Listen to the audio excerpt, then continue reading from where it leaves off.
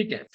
तो हम लोग आज के सत्र को प्रारंभ करने से पहले खास करके जो नए भक्त जुड़े हैं उनसे मैं जानना चाहूंगा कि जैसे अभी माता जी ने कहा कि हम लोग एकादशी के अवसर पर इस एकादशी क्या होता है उस उनके सब विचारों पर अलग अलग दृष्टिकोण से हम लोग थोड़ा चर्चा करने का प्रयास करेंगे। तो सबसे पहले आप सब भक्तों से मैं जानना चाहूंगा, खास करके वो भक्त जो नए जुड़े हैं, कि क्या आप लोग एकादशी जो है उनके बारे में आप क्या जानते हैं, या आप लोगों ने कभी सुना है या नहीं सुना है, या कुछ जानते हैं। तो यदि आप लोग थोड़ा मुझे हेल्प कर सकें, मदद कर सकें, एक एक लाइन में जल्दी जल्दी करके सारांश भाव में यदि आप बताने का कष्ट करें तो बहुत अच्छा होगा। और हम लोग इस सत्र को एक लाइव इंटरेक्शन सत्र बनाएंगे। ऐसा नहीं करेंगे कि मान लीजिए हम ना, जैसे स्कूल में हम लोग करते थे कि मैं टीचर, आप स्टूडेंट, और टीचर ने कहा put your fingers on your lips, बस आप सुने। ऐसा नहीं, हम सब बड़े हैं, तो ये एक औपचारिकता है कि मैं कह रहा हूँ, आप सुन रहे हैं, लेकिन आप भी सब कुछ जानते हैं, मैं भी थोड़ा थोड़ा जानता हूँ। तो बस हम लोग एक दूसरे को आदान प्रदान करेंगे। ठीक है। तो यदि आप में से कोई भी भक्त यदि बताने का प्रयास करें कि एकादशी क्या होता है, यदि आप नहीं सुना है, तो यदि कुछ सुना है, क्या सुना है, जल्दी से। नहीं प्रभु जी, हमको कुछ पता नहीं है, आप बताइए। ठीक है माता जी, धन्यवाद। और कोई नए भक्त? अनिल प्रभु, आरती माता जी, भोपाल प्रभु, गीता माता जी, नमिता नमिता माता जी।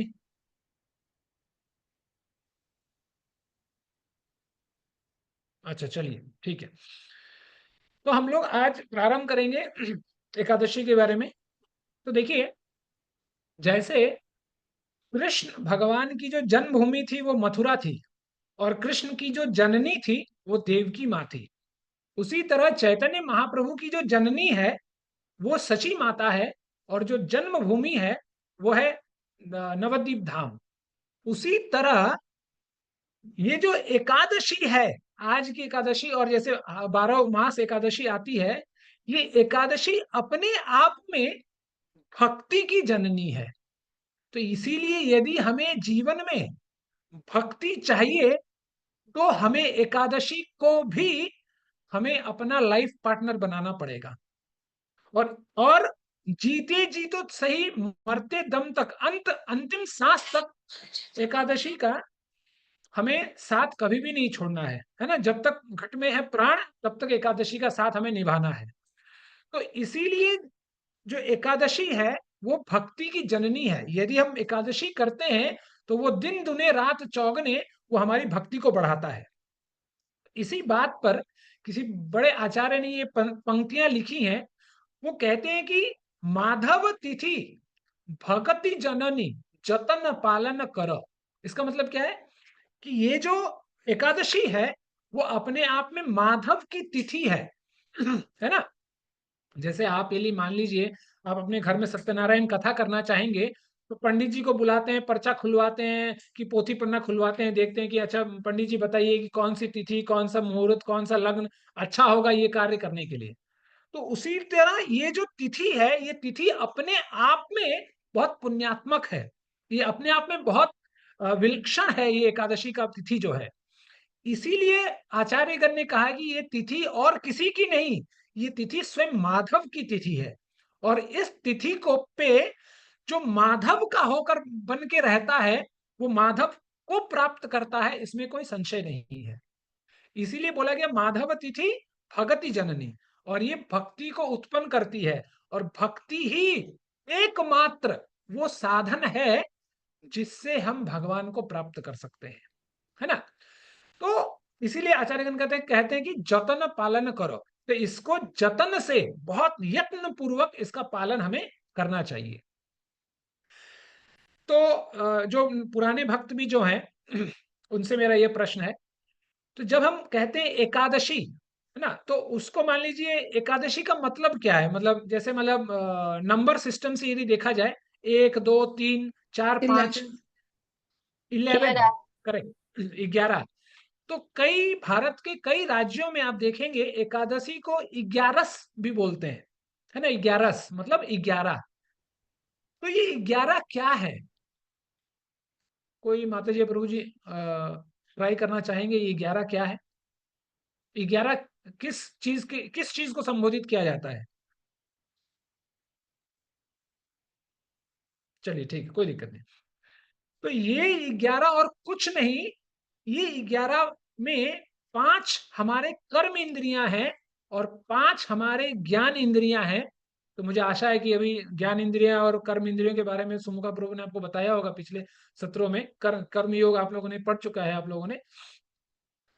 तो 5 है ज्ञान इंद्रियां और 5 है कर्म इंद्रियां, और बच गया एक, वो है मन।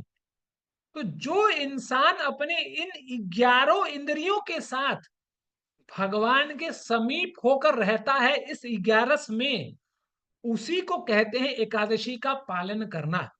इसीलिए हम लोग कहते हैं, हम लोग एकादशी को क्या करते हैं, उपवास रखते हैं।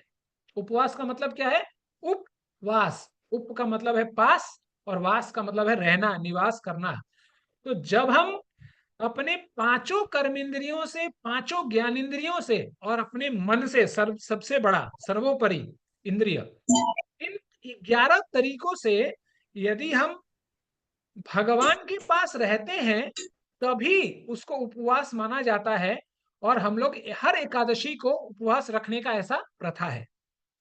तो इसीलिए इस तिथि को, ये तिथि इतना महत्वपूर्ण है कि जब हम अपना सर्व सब कुछ भगवान के होकर, सब समय, नित्य, उस पूरे दिन में जितना हो सके, ऐसे तो बहुत नियम नियम के हिसाब से बहुत कड़ाई भी है, तो जितना हो सके हम यदि भगवान के होकर रहेंगे, तो वो उतना, वो एकादशी हमारे लिए उतना लाभदायक है। ठीक है, तो ये तो छोटा सा इंट्रोडक्शन है एकादशी के बारे में। फिर शास्त्रों में जो बताया गया है कि एकादशी क्या है ना, एकादशी क्या है, तो इसमें हमारे पुराणों में कथा आती है कि बहुकाल पहले एक राक्षस रहा करता था, जिसका नाम था तालजंग। हम्म, उसका एक पुत्र था, मुर नामक। तो मुर जो था, तो मुर ने क्या किया कि उसने, जैसा कि राक्षस था, शक्ति चाहिए है ना, आज आज के जमाने में भी सत्ता चाहिए, शक्ति चाहिए लोगों को। तो जैसे राक्षसों की प्रवृत्ति होती है, तो राक्ष उस मुर ने क्या किया कि ब्रह्मा जी का तपस्या किया और उसने बहुत सारी शक्तियां अर्जित की। और अर्जित करने के बाद, जैसे राक्षसों का काम होता है, दुर्जन का काम जो है, आज के समाज में भी आप देख लीजिए, और पहले भी ऐसा ही था, सेम कंडीशन, कुछ बदला नहीं है। आज के जमाने में भी जब दुर्जनों के हाथ शक्ति लग जाती है, तो बस अत्याचार ही करते हैं और दूसरा कोई काम नहीं करते। उसी तरह जो मूर्ख था, वो भी वही करता है। जैसे ही शक्ति मिला, सबसे पहला धावा बोला इंद्र के ऊपर, स्वर्ग को लूटा। उसी तरह सारे देवी देवताओं को मतलब हस्त व्यस्त कर दिया उसने, अपने अपने लोकों से सबको भगाया, और सारा लोक, स्वर्ग लोक भी इंक्लूडेड, राज्य करने लगा, सबको हड़प लिए में। तो बेचारे देवी देवता अब कहाँ जाएं, तो पहुंचे अंतिम शरण पर, भगवान के शरण पर पहुंचे। तो जब शरण पर पहुंचे, फिर भगवान से वार्तालाप हुआ कि भाई क्या सीन क्या है, तुम लोग भगा, हम लोगों को भगा दिया गया, बेघर कर दिया गया, हम लोग कोई अब हमारा देखने वाला नहीं है, कोई पालनहार नहीं है अब हमारा। तो भगवान ने बोला ठीक है, अस्थिर रखो, इतना धैर्य मत खो, हम भी थोड़ा देखते हैं कि कौन है मूर ये। तब भगवान जाते हैं स्वयं उससे लड़ाई करने के लिए, युद्ध करने के लिए। तब जब युद्ध करने जाते हैं, तो भगवान देखते हैं कि अरे ये तो बड़ा पराक्रम है। तो दोनों के बीच, भगवान और मुर के बीच बहुत घमासान युद्ध होता है। तो वो बाण चलाता है, भगवान बाण चलाते हैं, वो चलाता है, भगवान बाण चलाते हैं, इस तरह बहुत समय तक चलता रहा। अंत में भगवान क्या करते हैं ना, अपना सुदर्शन चक्र निकालते हैं और निकाल कर दे फेंकते हैं सबको। तो सबका, सब राक्षसों का जो गला था, खच खच खच कर करके कटने लगता है।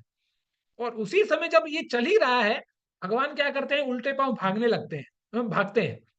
तो मूर सोचता है कि अरे ये क्या, ये चक्र, ये तो चक्र तो इसने चला दिया और ये भाग ही जा रहा है ये। तो वो क्या सोचता है कि इसको भी नहीं छोड़ेंगे। तो मुर भगवान के पीछे भागता है, भागता है, भागता है। और भगवान इधर भाग भाग के बद्री का आश्रम पहुंच जाते हैं। जब भगवान वहां बद्री का आश्रम पहुंचते हैं, तो वहां पर एक गुफा रहती है जिसका नाम है सिंहावती। और वो सिंहावती जो गुफा है, वो 12 योजन लंबी है। ठीक है, तो उस गुफा में भगवान प्रवेश कर जाते हैं। तो जब प्रवेश कर जाते हैं भगवान, और उसका क्या है कि एक ही दरवाजा है, एंट्री और एग्जिट एक ही जैसा है। जैसे जालियन वाला बाग ट्रेजेडी आपने सुना होगा कि एंट्री और एग्जिट एक ही था, उसी तरह यहाँ पर भी एंट्री और एग्जिट एक ही है, दूसरा एग्जिट ही नहीं है। ठीक है, एक ही रास्ता है एंट्री और एग्जिट करने के लिए। तो मुर बहुत खुश हो जाता है, बोलेगा रुको, अब यहाँ से ये निकल नहीं पाएगा। तो भगवान अंदर तो पहले ही घुस जाते हैं, जब तक पीछे से मुर आता है, तो भगवान, भगवान लीलाधारी, अब भगवान की लीलाओं को कौन जाने और पहचाने। इसीलिए हमारे कृष्ण भगवान के बारे में बोला गया है कि जो हमारे राम भगवान है, राम चरित्र परम पवित्र और कृष्ण चरित्र परम विचित्र, कि भगवान कृष्ण की जो लीलाएं हैं बड़ा विचित्र है, समझ पाना, समझना, समझत कठिन कहत बहु कठिन, है ना। तो भगवान अंदर जब जाते हैं तो ऐसा लगता है कि कोई लॉन्ज में पहुंच गए हैं। भगवान वहां जाकर चतर ओढ़ कर सो जाते हैं। तो इधर से पीछे पीछे मूर भागे भागे आए, तो देखा कि अरे, देखिएगा जब दुर्जन इंसान जो होता है, जब वो सामने वाले को है ना इन कंफर्ट जोन देखता है कि अरे भाई ये मजे ले रहा है, जब मजे मजे लेते हुए किसी को देखता है तो वो जल भुन जाता है ना। जैसे आप लोगों ने देखा होगा रोड किनारे पॉपकॉर्न जो भूनते हैं कैसे फटता है, तो दुर्जन आदमी उसी तरह फट जाता है जब वो किसी को सुख में देखता है, सुखी देखता है। तो मूर देखा, सोचा कि अरे ये तो अभी लड़ाई कर रहा था भाई, हाँ यहाँ पर आके लंबा होके सोया हुआ है एकदम टांग पसार के, रुक इसका इलाज अभी करते हैं। तो जैसे ही वो भगवान पर आक्रमण करने ही वाला था, कि भगवान की वो दिव्य तेज से तुरंत एक कन्या प्रकट होती है। जब वो कन्या प्रकट होती है तो मुर भी थोड़ा देर, कुछ देर के लिए थोड़ा सोचने लगते हैं, अरे ये क्या हो रहा है, उसको भी समझ में नहीं आता, वो थोड़ा घबराता है। तब तक उसका कंसंट्रेशन उस कन्या की ओर जाता है कि अरे कितनी सुंदर है कन्या, एकदम अष्टभुजा युद्ध, पूरा शस्त्र अस्त्र शस्त्र से आयुध होकर वो प्रकट होती है। और जैसे ही वो प्रकट होती है तो ये राक्षसों की प्रवृत्ति, ये जो मूर होता है उसको मारने दौड़ता है, और जैसे ही मारने दौड़ता है तो पलक झपकते ही वो जो भगवान के शरीर से जो प्रकट होती है वो कन्या, एक बार में एक बाण मारती है, और ये जो मुर होता है एकदम राख बन के ढेर हो जाता है, एक ही बार में राख जल भून कर ढेर हो जाता है। तब ये सब कुछ होने के बाद भगवान ऐसे जागते हैं जैसे कुछ जब भगवान जानते ही नहीं। तो जब भगवान जागते हैं तो भगवान पूछते हैं कि अरे ये तो बड़ा पराक्रमी योद्धा था, ये तो मुर राक्षस था, इसको किसने मार दिया। तो जब भगवान की निगाहें उस कन्या पर पहुंच पड़ती है, तो वो पूछते हैं कि अच्छा, तुमने इसको मारा, तो उसने कहा, वो कहती है हाँ मैंने ही मारा। अच्छा, तो तुम बहुत पराक्रमी हो। तो वो बहुत विनीत होकर कहती है कि नहीं प्रभु, आपके ही तेज के कारण, आपके ही आशीर्वाद से, आपकी ही शक्ति से मैंने इसका विध्वंस कर दिया, मैंने इसको राख में तब्दील कर दिया। तो भगवान बहुत खुश होते हैं, एक वाह बहुत अच्छा अच्छा काम आपने किया। और भगवान फिर कहते हैं कि अच्छा, आप मैं आपसे बहुत खुश हूं, आप जो चाहिए आप मांगिए, जो जो किसी भी देवी देवता को नहीं प्राप्त है, वो मैं आपको देने को तैयार हूं, मैं बहुत खुश हूं आज। तब देखिए वो क्या मांगती है। वो कन्या मांगती है कि मेरा आपके जीवन में कहीं भी वास नहीं है, तो मुझे उस मतलब जितने भी व्रत हैं, चाहे द्वादशी से लेकर अष्टमी नवमी दशमी, किसी भी व्रत को तिथि को पकड़िए, कोई ना कोई इसको पकड़ के बैठा है ना। अष्टमी तो को खुद भगवान नहीं पकड़ के बैठा है, नवमी भी भगवान नहीं पकड़ के बैठा है। इस तरह द्वादशी त्रयोदशी देखिए, कोई ना कोई चतुर्थी, कभी गणेश जी आ जाते हैं, कभी कोई आ जाता है। तो उस कन्या ने कहा प्रभु, यदि आप मुझसे खुश हैं तो आप मुझे सब व्रतों का प्रधान व्रत बनाइए। और समस्त एक एक कंडीशन जो उन्होंने कहा है बहुत सुनने लायक है। सबसे पहला तो वो कहते हैं कि मुझे व्रतों का प्रधान मतलब प्रिंसिपल हेड ऑफ डिपार्टमेंट बनना है। भगवान कहते हैं तथास्तु। फिर दूसरा क्या, कि मुझे समस्त विघ्नों का नाश करने की मुझे शक्ति दीजिए, कि जो मेरा वर्ण करेगा उसके जीवन का सारे विघ्न नाश हो जाएंगे। और दूसरा है, तीसरा, सब प्रकार के सिद्धि देने वाली मैं बनूं जो मेरा वर्ण करे। भगवान के लिए तथास्तु। और धन, धर्म, मोक्ष तक उसे प्राप्त हो जो मेरा वर्ण करे, जो मेरा पालन करे, वो उसको ये सब चीज प्राप्त हो। भगवान बोले तथास्तु। तो जब भगवान ने कहा कि जब ऐसा हो, और उस दिन 11 था, तो इसीलिए भगवान उसका नामकरण कर देते हैं, एकादशी कहकर उसका नामकरण भगवान कर देते हैं। तो इस तरह एकादशी का जन्म होता है, एकादशी का प्राकट्य होता है ना। तो अब यदि एकादशी आप देखेंगे तो एकादशी एकादशी को जब ये वर मिलता है तो एकादशी बहुत खुश होती है और वो फिर अपने धाम को चली जाती है। तो इस तरह एकादशी का प्राकट्य का जो भाव है वो समाप्त होता है। तो आप आपके जानकारी के लिए मैं बताऊं कि एकादशी जो है महीने में 2 आता है। स साल में 24, यदि 1 महीने में 2 तो 12 टू ज़ा 12 दूए 24, और 1 साल में जब अधिक मास आती है, तब जिसमें एक अधिक मास ऐड हो जाता है, उसमें 26 एकादशियाँ आती हैं। तो इस एकादशी के बारे में भगवान बहुत सुंदर वर्णन करते हैं पुराणों में। वो कहते हैं कि एकादशी 1 महीने में 2 आती हैं, एक कृष्ण पक्ष में 1 एकादशी, शुक्ल पक्ष में 1 एकादशी। और वो कृष्ण भगवान कहते हैं कि दोनों ही एकादशी को बराबर हमेशा मानना चाहिए, किसी में भी भेदभाव नहीं करना चाहिए कि ये छोटा एकादशी है, ये बड़ा एकादशी है, कोई मंझला है, कोई सजला है, कोई काला है, कोई पीला है, ऐसा नहीं। हर एकादशी समान है। जैसे तुलसी के पौधे में लगा हुआ पत्ता जो है, चाहे वो बड़ा हो या छोटा, दोनों की कीमत एक ही है। वो कृष्ण की प्रिया है। तो चाहे बड़ा हो या छोटा, इससे कोई फर्क नहीं पड़ता। दोनों ही एकादशी जीव इंसान के जीवन में मूल्यवान है। तो इसीलिए एकादशी करने के लिए हमें हमारे शास्त्रों के माध्यम से कहा गया है। ठीक है। और ये तो था एकादशी का प्राकट्य। अब एकादशी के महात्म्य के ऊपर आते हैं कि क्या सच में जो शास्त्रों में बोला गया है एकादशी करने के लिए क्या कुछ होता है? क्या ऐसे घटनाएं घटी हैं हमारे इतिहास में जहां पर एकादशी की शक्ति सच में जाहिर हुई है, सच में दिखाई गई है? बिल्कुल हुई है। तो इसमें एक कथा आती है हमारे शास्त्रों में, एक राजा की, जो इक्ष्वाकु वंश में जन्म लेते हैं। हाँ, इक्ष्वाकु वंश को सूर्य वंश भी कहा जाता है, जिसमें जिसमें भगवान राम का प्रादुर्भाव हुआ है। ठीक है। उसी वंशावली में एक राजा हुए जिनका नाम था रुक्मांगद। हम्म? उनके बेटे का नाम था धर्मांगद, और उनकी पत्नी थी विंध्यावली। तो दोनों ही पूरा परिवार धर्मनिष्ठ था, और राजा बहुत धार्मिक किस्म का इंसान था। धर्म को सर्वोपरि मानकर वो अपने पूरे राज्य पर शासन करता था। और जैसा कि आप जानते हैं कि राजा था तो उसके बहुत बहुत बड़ा राज्य होगा, उसका सब कुछ था उसके ऊपर, उसके पास। तो राजा जो था वो फूलों का शौकीन था। तो इसलिए उसने अपने पूरे राज्य में बहुत बड़ा एक बगीचा, है ना, गार्डन, फूलों का गार्डन, गार्डन फ्लावर्स, उसका गार्डन, एक बगीचा बना रखा था उसने। और उस बगीचे की ऐसी विलक्षणता थी, ऐसी दिव्यता थी कि उसकी विलक्षणता, उसकी दिव्यता देवलोक तक प्रसिद्ध थी। मतलब इतनी प्रसिद्ध थी कि हर रात चांद की चांदनी में देवता वहां विचरण करने आते थे। इतनी विलक्षणता थी उस बगीचे में। तो इसी तरह जब दिन पर दिन बीते, देवी देवता भी वहां आते थे हमेशा घूमने फिरने के लिए, मून वॉक करने के लिए।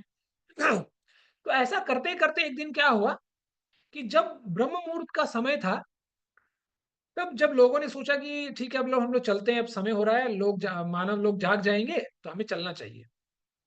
उसी समय चलते चलते उसमें जो एक देवी थी, उस देवी का पैर एक बैंगन के पेड़ में, उनका पैर लग जाता है, और वो भी कांटे में लग जाता है। तो जैसे ही कांटे में लगता है तो उसको उनको चुभता है, और वो अपना पैर खींचती है।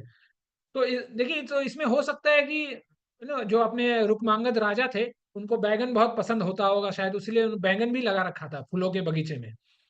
तो जैसे ही उनका पैर बैंगन के पेड़ पेड़ में लगता है, बैंगन के कांटों से चुभता है, और फिर वो जब प्रयास करती है जाने का, फिर वो नहीं जा पाती है। बहुत तंत्र मंत्र जो भी वो लोग पढ़ते हो ऊपर जाने के लिए, जब जाने का वो प्रयास करती है, नहीं जा पाती है। और जैसे शास्त्रों में कहा गया है, जो देवी देवता हैं, स्व कार्य कुशलम, एक शब्द का प्रयोग किया गया है शास्त्रों में कि जो देवी देवता हैं अपना काम बनाने में बड़ा एक्सपर्ट रहते हैं। तो जो नहीं, जो जो चले, मतलब जो जाने में समर्थ थे, वो टाटा बाय बाय कह के चलते बने इसको अकेला छोड़कर। अब ये रोने धोने लगी कि भाई कहीं ये जो जैसा होता है ना कि कोई मिल गया, हमें जादू को पकड़ लेता है, जादू को टोकरी में बंद कर देते हैं। तो इसको भी ये भी सोचने लगे कहीं मुझे भी वैसे ही टोकरी में बंद कर दिया तो ये मानव समाज का तो कोई ठिकाना नहीं है ना? मानव मानव को ही खाता है आजकल। तो उसी तरह कहीं मुझे भी पकड़कर मेरे पर ना जाने क्या ज़ुल्म करे ये लोग, क्या होगा, क्या नहीं होगा? तो इस तरह वो विचार करने लगी। सुबह का समय तो हो ही चुका था। बगीचे का मालिक आया। जब मालिक आया तो देखा कि भाई यहाँ कौन रो रहा है। अब घना घना बगीचा था। तो वो अंदर घुसता है, देखता है कि अरे ये तो रो रही है, क्या हो गया? वो भी थोड़ा हक्का बक्का रह जाता है क्योंकि अब है तो अप्सरा ही देवलोक की। थोड़ा उस उनमें और हम में बहुत अंतर होता है ना? तो वो तुरंत किसी को खबर भेजाता है कि राजा साहब को जाके बुला के लेके आओ। तो राजा भी हैरान कि यार कभी नहीं हुआ, ये कौन, कैसे घुस गया कौन? तो पूरे अपने ठाट बाट के साथ राजा साहब रुक्मांगद जी आते हैं। तो जब आते हैं तो प्रणाम करते ही, हे मातेश्वरी, आपका आप क्यों रो रही हैं, ये कहकर संबोधित करते हैं।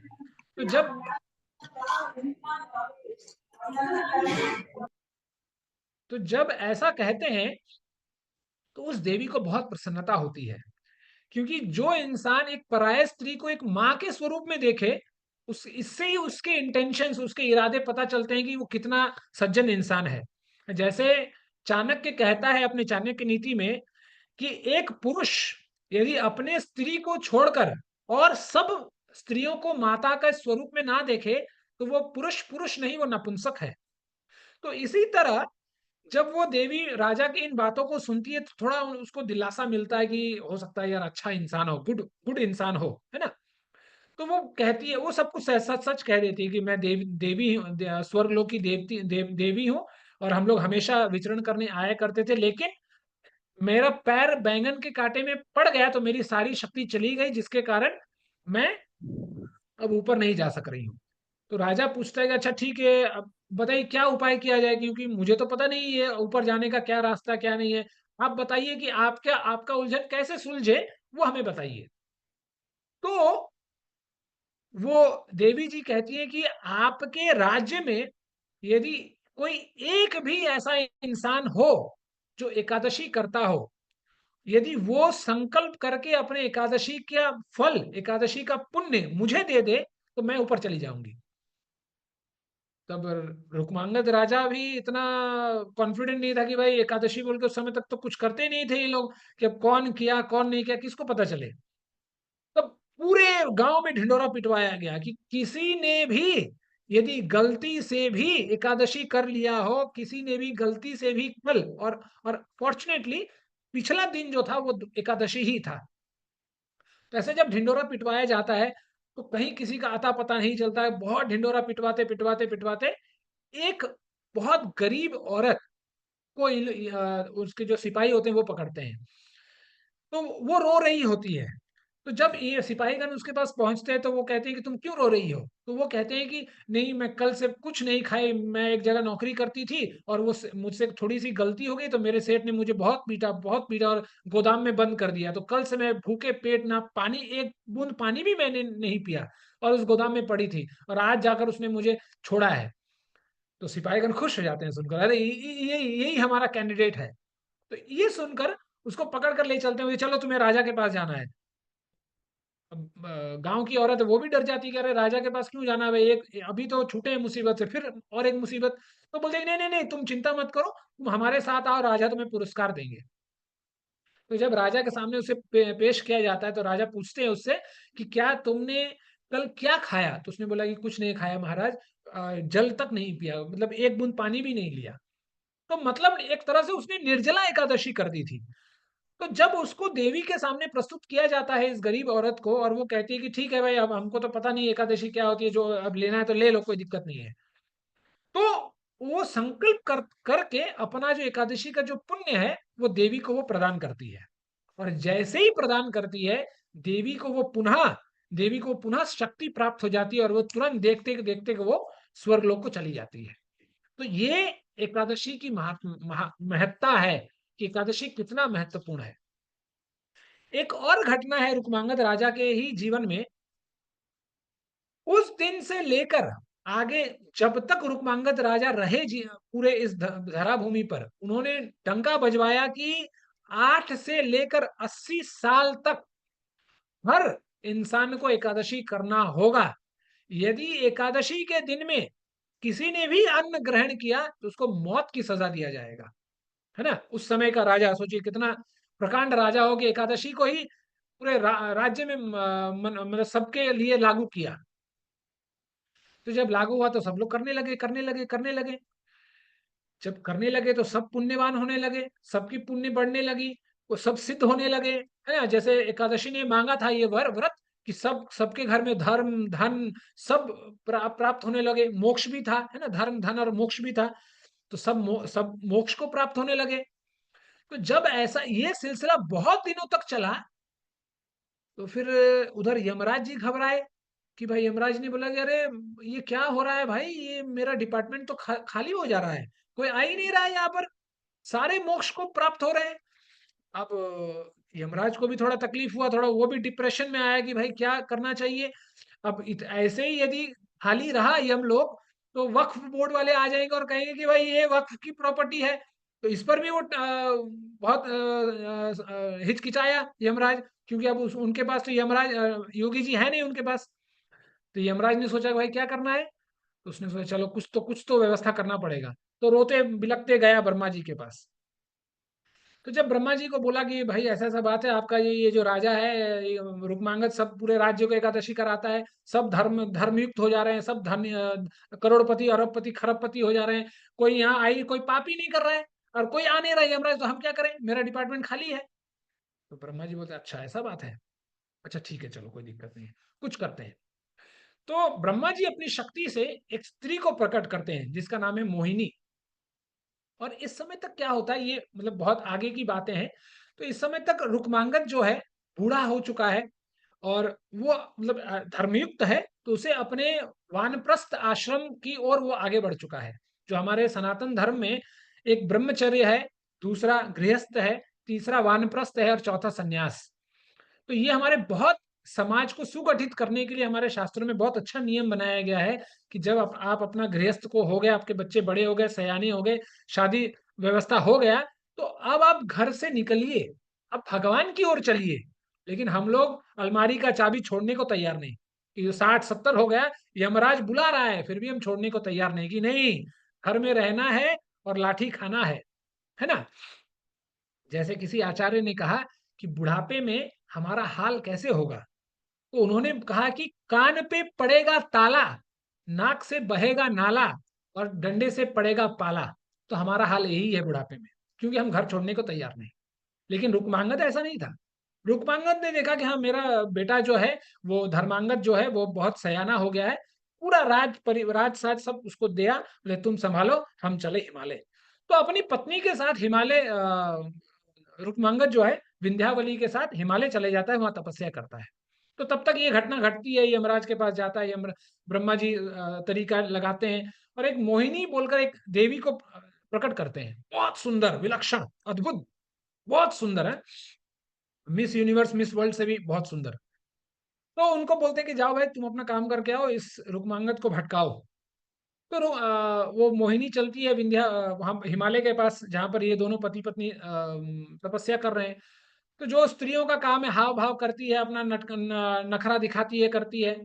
और जैसे कहते हैं ना कि जब विनाश काल विपरीत बुद्धि, तो कुछ समय के लिए रुक्मांगद का भी मन भटक जाता है।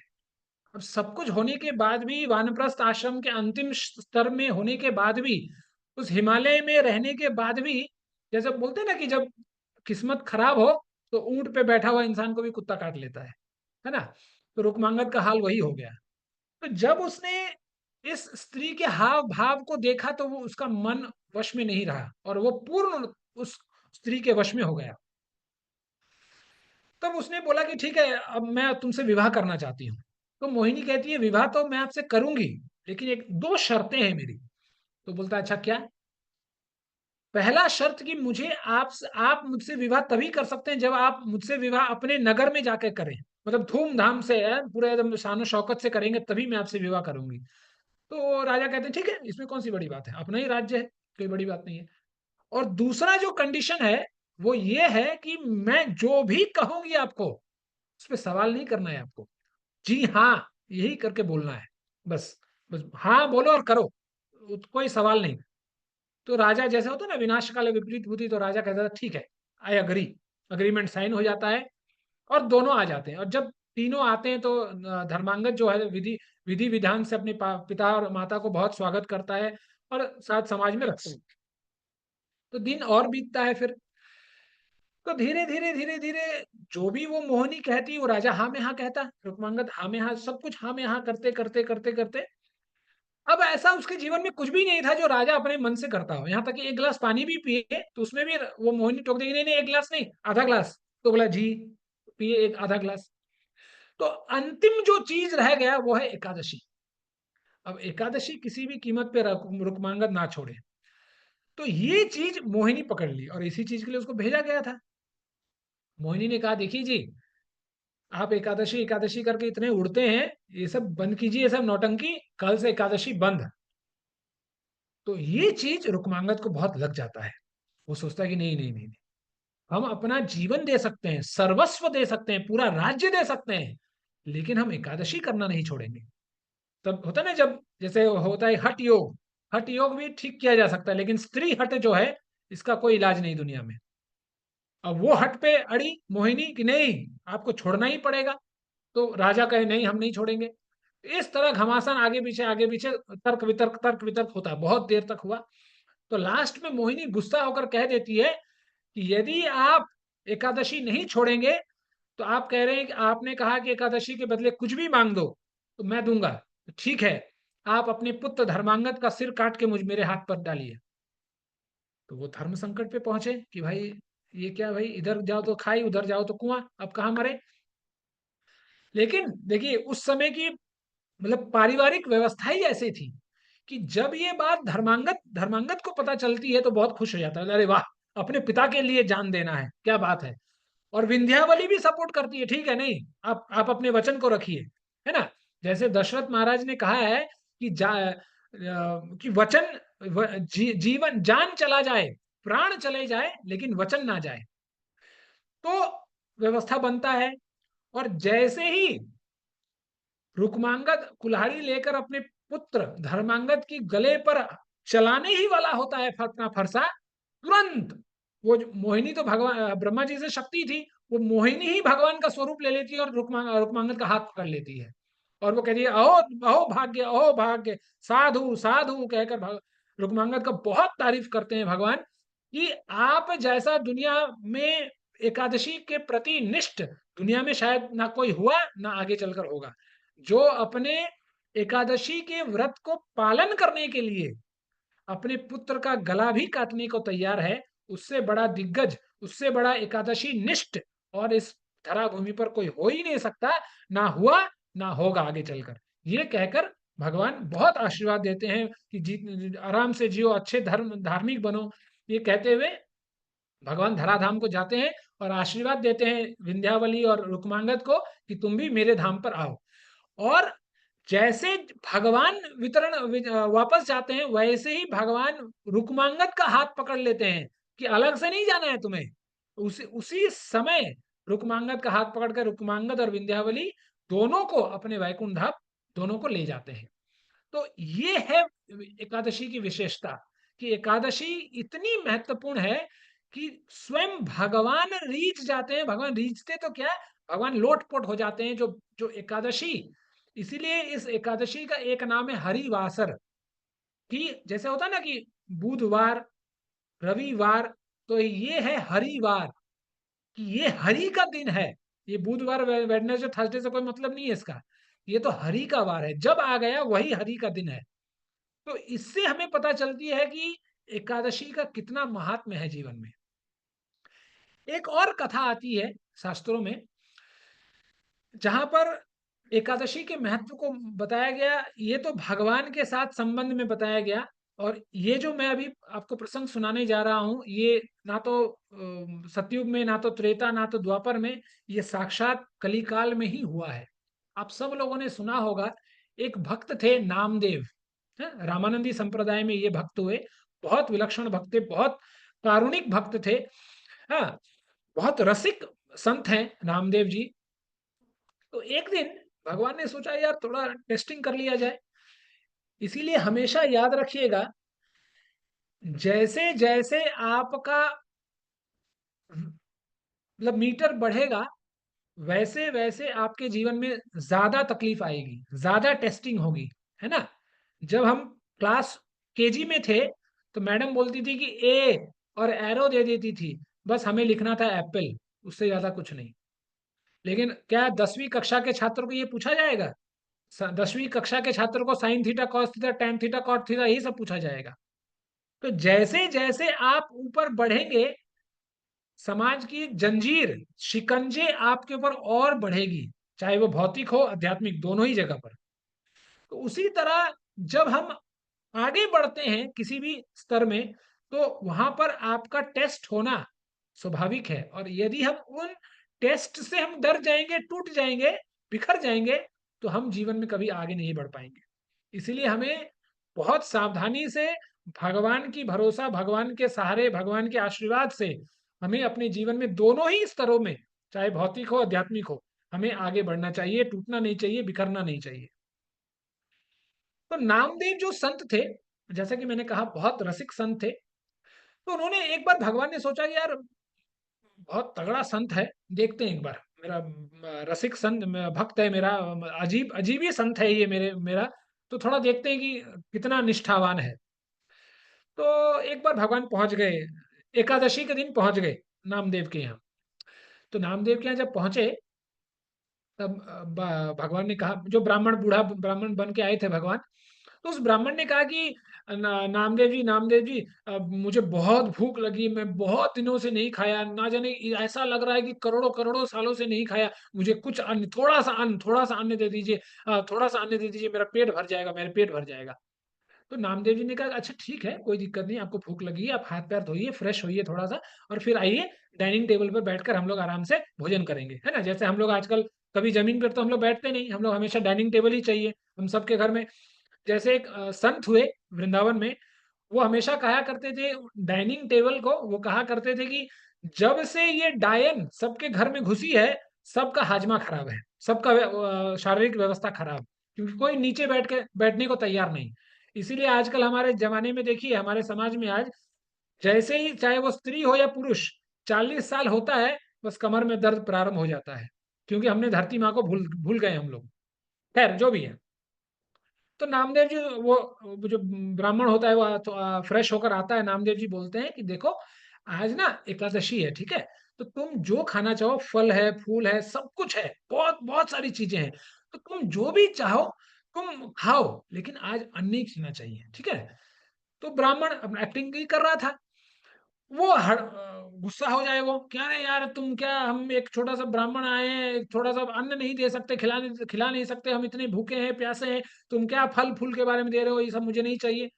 तो वो बहुत समझाते हैं, तो ब्राह्मण और नामदेव की तर्क वितर्क कुतर्क सब होने लगता है, धीरे धीरे होते होते होते होते पूरा गांव इकट्ठा हो जाता है, इतना चिल्लाते हैं ये दोनों लोग कि पूरा गांव इकट्ठा हो जाता है कि क्या बात है वैसा। तो गांव वाले बोलते हैं कि अरे नामदेव, अरे भाई एक मुट्ठी चावल देने में तुम्हारा क्या बिगड़ जाता है? ठीक है, एकादशी है, तो क्या बिगड़ क्या जाता है भाई तुम्हारा? तो नामदेव ने बोला कि देखो भाई, आज एकादशी है, कुछ भी हो जाए, हम अन्न दान नहीं करेंगे, हम अन्न इसको नहीं खिलाएंगे, चाहे कुछ भी हो जाए। तब गांव वाले सोचे कि ये पागल हो गया है, इसको सुनेगा नहीं, चलो अपने अपने घर चलो, तो गांव वाले अपने घर चले जाते हैं। इधर बच जाता है ब्राह्मण फिर। तो ब्राह्मण अब एक्टिंग करते करते क्या करता है, अपना पैर पसार कर सो जाता है, ऐसा एक्टिंग करता है कि हम मर गए हैं। तो अब नामदेव सोचते हैं, यार मन गया, तब क्या करें यार, ठीक है चलो, अब कोई बात नहीं। तो अपना एकादशी को निर्वाहन करते हैं, रात में जागरण करते हैं, कीर्तन वीर्तन खूब भजन गाते हैं, करते करते जब ब्रह्म मुहूर्त होता है, जैसे ही सुबह होता है, जैसे ही ब्रह्म मुहूर्त क्रॉस करके सुबह होती है, तो वो सोचते हैं कि देखिए, हमने तो एक पाप किया, हमने ब्रह्म हत्या का हमें पाप लगा है। तो समाज वाले भी कहते हैं कि अरे ब्राह्मण मर गया, तुम्हें ब्रह्म हत्या का पाप लगा है। तो नामदेव जी कहते हैं कि अच्छा, अब कुछ तो कर नहीं सकते, तो एक काम करते हैं, अपने इस ब्रह्म हत्या के पाप के पश्चाताप में हम अपना ही शरीर को विनाश कर देते हैं।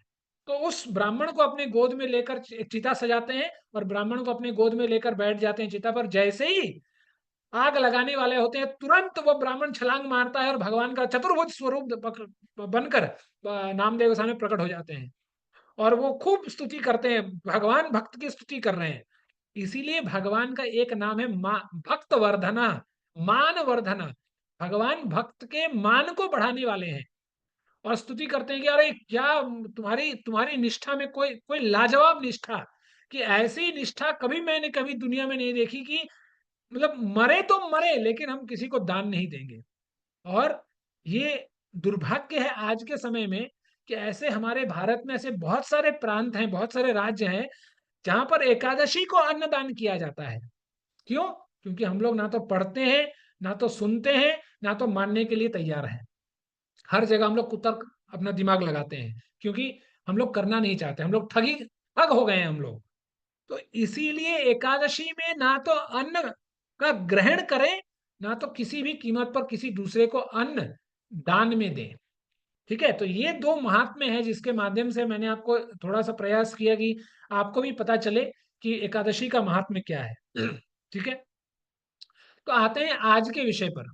आज उसी प्रकार से एक एकादशी है जिसका नाम है छठ तिला एकादशी। हाँ, तो ये माघ मास के कृष्ण पक्ष में आता है और इस इसका एकादशी का नाम आप देखेंगे तो छठ तिला, तिल तिल आता है। तो इसमें एक बार नारद जी भगवान से पूछते हैं कि भाई ये क्या सीन क्या है। तो भगवान बड़ा सारांश में बताते हैं कि जो इस दिन 6 प्रकार से तिल का प्रयोग करेगा उसके जीवन का हर प्रकार से उसके जीवन में जो भी पाप है उस उन सब पापों का नाश हो जाएगा। तो भगवान आगे बताते हैं कि कैसे आपको 6 प्रकार 6 तरीकों से तिल का उपयोग करना है। पहला है, भगवान कहते हैं तिल स्नाई है। भगवान कहते हैं कि तिल स्नाई तिल तिलद वेति तिल तिल होमी तिल दकी तिल दाता च भोक्ता च शततिला पापनाशनी। तो यदि आप देखेंगे इसमें तो पहला है तिल स्नाई। तिल स्नाई का मतलब क्या है? जो आज के दिन स्नान करने समय तिल जल में तिल डालकर स्नान करता है, पहला उपयोग है तिल में, जल में तिल डालकर स्नान करना चाहिए। ठीक है, फिर है तिलोद तिलोद वही, हाँ तिलोदवती। तो तिलोदवती का मतलब है कि तिल तिल का, ऐसे तो हम लोग फेयर एंड ग्लो और फेयर एंड लवली लगाते हैं अपने आप को निखारने के लिए, लेकिन हमारे शास्त्रों में बताया गया कि जब जब इंसान उपटन लगाता है तो उपटन से भी हम लोग निखरते हैं, है ना। तो इसीलिए बोला गया तिलोदवती। तिलोदवती का मतलब है तिल से उपटन बनाकर हमें अपने शरीर में लगाना चाहिए आज के दिन। फिर है तिल होमी, यज्ञ में तिल का उपयोग करना चाहिए। तिल दकी, तिल दकी का मतलब है जल में तिल डालकर हमें ग्रहण करना चाहिए, पान करना चाहिए, तिल दकी। फिर है तिल दाता, तिल दाता का मतलब है तिल का हमें दान करना चाहिए। और फिर है च भोक्ता च षट तिला पाप नाशनी। भोक्ता मतलब तिल को हमें भोजन में भी ग्रहण करना चाहिए। जैसे आप लोग देखेंगे आजकल आप सबके घर के आसपास ठंड का मौसम है तो तिल का चक्की मिलता होगा, तिल का गुड़ मिलता, तिल का लड्डू मिलती होगी।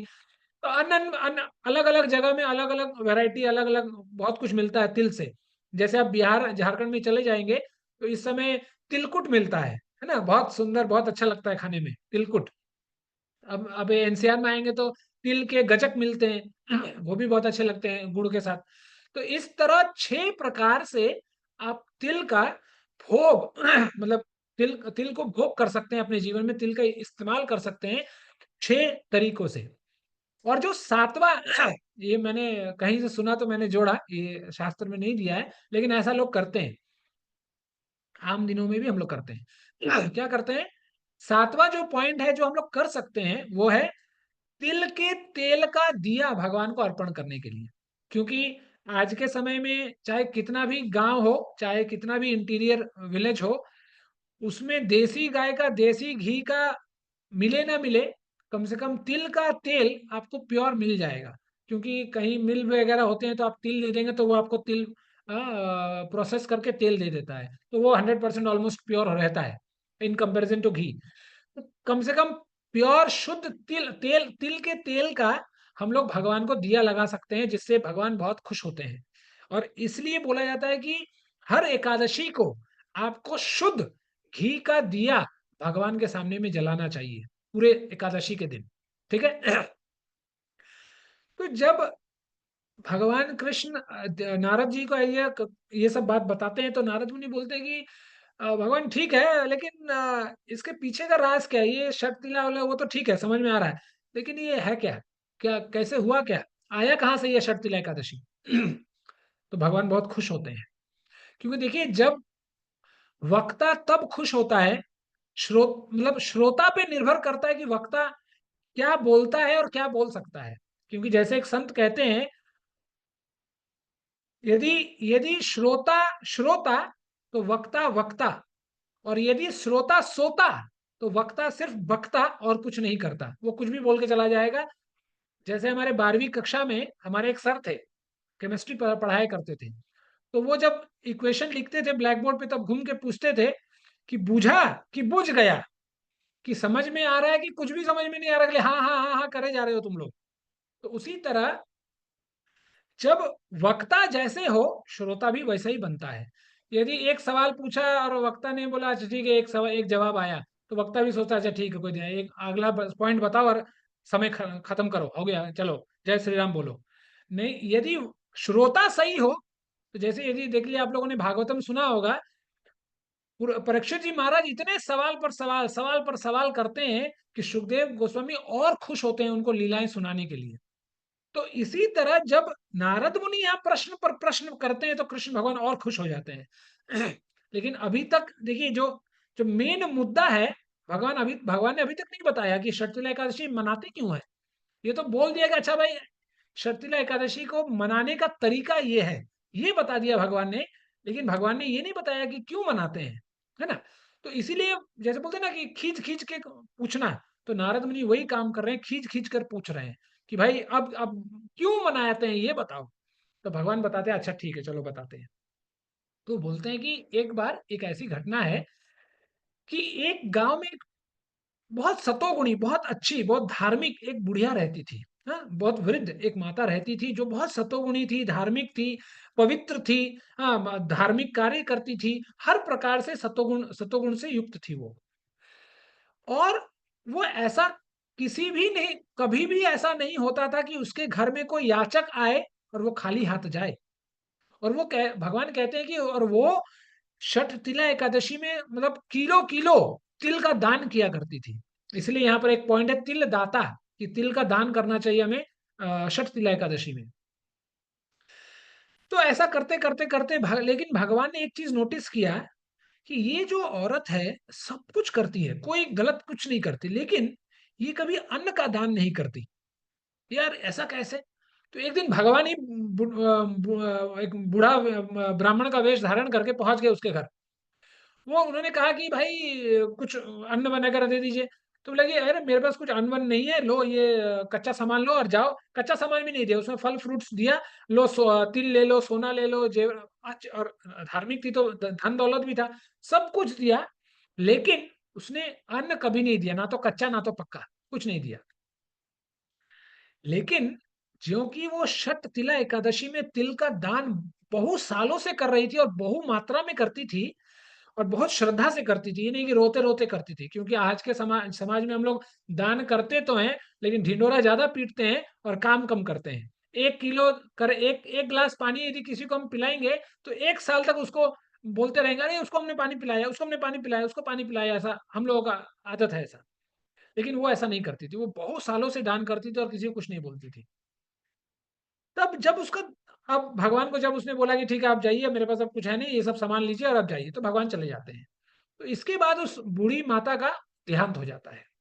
जब वो देहांत हो जाता है, सह शरीर शरीर सह शरीर मतलब इस तुल शरीर के साथ, है ना, वो स्वर्ग को चली जाती है। बड़ा विलक्षण है कि कैसे हो सकता है ये, लेकिन भगवान की कृपा से सब कुछ हो सकता है। तो वो चली जाती है।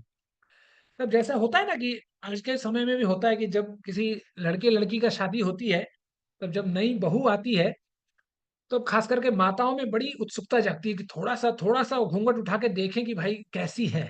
शादी बाद में तो होते रहेगा, सब कुछ होते रहेगा, है ना। कि जब शादी लड़की मंडप में आने से पहले एक कमरे में बैठती है कहीं, माताओं को बड़ी उत्सुकता होती है कि भाई एक बार चेहरा देख लेते हैं कैसा होगा। जबकि उनको ही पता है कि एक नाक है, दो कान है, दो आंख है ना, एक मुंह है, ये दो आईब्रो होंगे, ऐसा ही होगा। लेकिन उत्सुकता बहुत जागती है। इसी तरह जब ये सह शरीर देवलोक को चली जाती है, स्वर्गलोक चली जाती है, तो सारे देवी देवताओं में ये बात प्रचलित हो जाती है कि अरे कोई एक इंसान सशरीर आया है हमारे देवलोक में और निवास कर रहा है, और क्या घर मिला है इसको, क्या महल मिला है, सब चीज सोना, सोना हीरा मोती, और ऐसा कुछ नहीं, मतलब अच्छे अच्छे क्या बोलते हैं उसको, ये जितने भी हमारे हम लोग देखते हैं सोना वगैरह सब फेल, ऐसा। तो स- जब वो घर में रहती है तब सब लोग सोचते हैं कि अरे मिल के आएंगे, मिल के आएंगे, लेकिन कोई मिलने नहीं जाता है। और जब वो अपने घर में प्रवेश करती है, देखती है कि सब कुछ सोना है ना, दीवार सोने के, पलंग सोने का, तकिया में सोना मढ़े हुए हैं, बिस्तर सोने के। अब मतलब ग्राउंड फ्लोर, हम लोग तो रेड वुड डालते हैं फ्लोर पे, उसका सोना, सब कुछ सोना। यहां तक कि चावल दाल रखने वाले बर्तन भी सोने के, बेलन भी सोना, चक्की भी सोना, सब कुछ सोना। मतलब ऐसा कि मतलब वैसा विलक्षणता मतलब वर्णन नहीं किया जा सकता। सब है, लेकिन उस घर में अन्न ही नहीं है। अब सोने का बर्तन तो है, लेकिन अब बर्तन में चाल दावल नहीं होगा, तो अब कैसे बनाएंगे अब हम, है ना। अब चक्की भी सोना, बेलन भी सोना, लेकिन अब आटा ही नहीं है तो रोटी कैसे आएगा, पानी ही नहीं तो रोटी कैसे बनेगा, है ना। अब ऐसे अब दुखी रहने लगे कि भाई अब ये क्या सीन है, हम स्वर्ग में तो आ गए लेकिन कुछ व्यवस्था ही नहीं है ना, व्यवस्था नहीं बनाया भगवान ने मेरे लिए। तो बहुत दिन तक उसको भूखे रहते रहते रहते रहते बहुत दिन बहुत काल बीते। तो एक दिन भगवान आए उसके घर में। तब उसने कहा कि ठाकुर जी ये आपने क्या व्यवस्था कर दिया है भाई, भूख लगेगा तो आदमी अनाज खाएगा कि सोना खाएगा। तो भगवान ने कहा कि भाई हम क्या कर सकते हैं, तो तुम्हारे कर्मों का फल है, हमने थोड़ी कुछ किया है ना। जैसे हम जी हमारे साथ हमारे जी। जीवन में कभी कुछ बिगड़ जाता है तो हम लोग क्या बोलते हैं, अरे भगवान ने कर दिया, अब भगवान ने बिगाड़ दिया। लेकिन कुछ अच्छा होता है तो हम लोग सोचते हैं, अरे हमने हमने कमाया, हमने किया। इसीलिए किसी कवि ने गाया, सुख में सुमिरे सब, दुख में सुमिरे ना कोई, और दुख में सुमिरे तो दुख काहे को होई।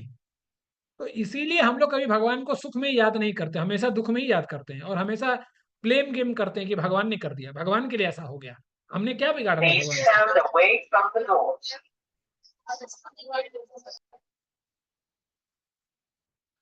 तो जब ऐसा होता है तो भगवान कहते हैं कि देखो इसमें मेरा कुछ हाथ नहीं है, ये सब तुम्हारे किया कराया है। तुमने अपने जीवन में सब कुछ दिया, लेकिन जीवन में कभी भी अन्न का दान नहीं किया। एक मुट्ठी चावल भी किसी को तुमने नहीं दिया।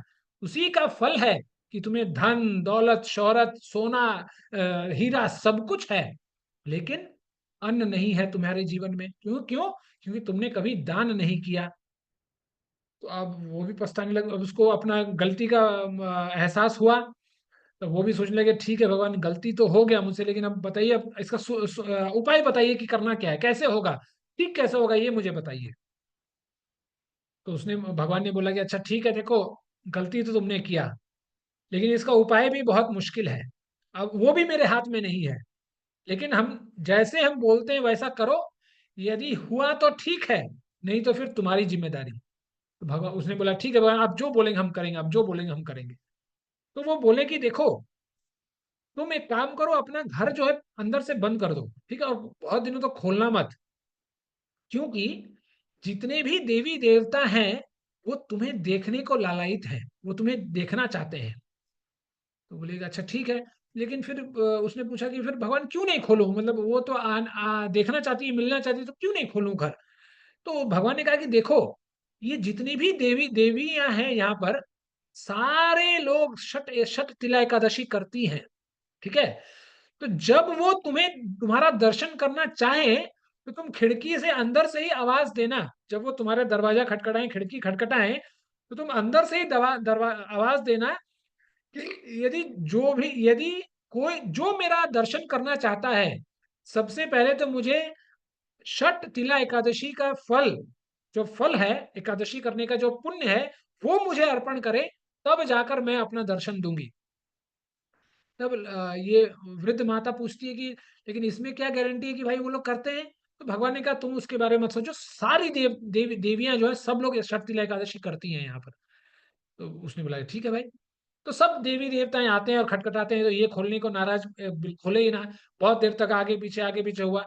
तब लास्ट में ये कहती है कि देखो यदि तुम मेरा दर्शन करना चाहती हो, तुम मुझसे मिलना चाहती हो, तो तुम में से यदि कोई भी षट तिला एकादशी जिसने किया हो, उसने उसे वो यदि मुझे अपने एकादशी का फल देगी, तभी जाकर मैं अपना मुख दिखाऊंगी, नहीं तो नहीं दिखाऊंगी। तब सबने सोचा अरे भाई हम क्यों दें भाई, हम इतना मेहनत करके निर्जला रखते हैं, हम इतना मेहनत करते हैं, हम अपना पुण्य क्यों दें, है ना। ऐसा करते करते करते बहुत सारी देवियां आई। लास्ट में एक देवी बोली कि ठीक है भाई, दे देते हैं भाई, हम लोग तो 24 करते हैं, 26 भी करते हैं, एक देने में क्या जाता है, यदि उसका भला हो जाए तो क्या दिक्कत है। तो ये सोचकर संकल्प करके वो अपनी एकादशी का एक फल जो है उसको वो दे देती है। तो जैसे ही देती है, वैसे ही वो अपना घर घर खोलती है और दोनों एक दूसरे से मिलते हैं। ये जो मुलाकात होती है इतने देर में, इतने ही देर में उसका जो पूरा घर होता है, पूरा का पूरा घर मतलब अनाज अनाज से भर जाता है, अनाज फल सब्जी सब से भर जाता है। तो उसको फिर पता चलता है कि अरे ये देखो यार, इतना पुण्य है अन्नदान से, इतना महत्व है अन्नदान का। तो इस तरह ये कथा समाप्त हो जाती है और फिर भगवान कृष्ण नारद को कहते हैं कि देखो, उन देवियों ने, उन वो देवियां शततिला एकादशी करती थी, उन्होंने अपने शततिला एकादशी करने का पुण्य इसको दिया, और उसी के कारण, और वही वो आज ही दिन था जिस दिन ये हुआ, इसी के कारण से ये जो दिन हुआ, ये शततिला एकादशी के नाम से जाना गया। और फिर तिल के महात्म्य के बारे में बताया गया, तिल दान देना चाहिए, खाना चाहिए, जो मैंने आपको 6 तरीके बताए। तो इस तरह हम देखते हैं कि शततिला एकादशी का कितना महत्व है, कि हमें इस दिन तिल का कितना उपयोग करना चाहिए हमें अपने जीवन में, कि हमें भी उस उस जैसे बोला गया कि शततिला पाप नाशनी, कि ये जो एकादशी व्रत है, ये पूर्ण रूप से हमारे पापों का क्षय कर देती है।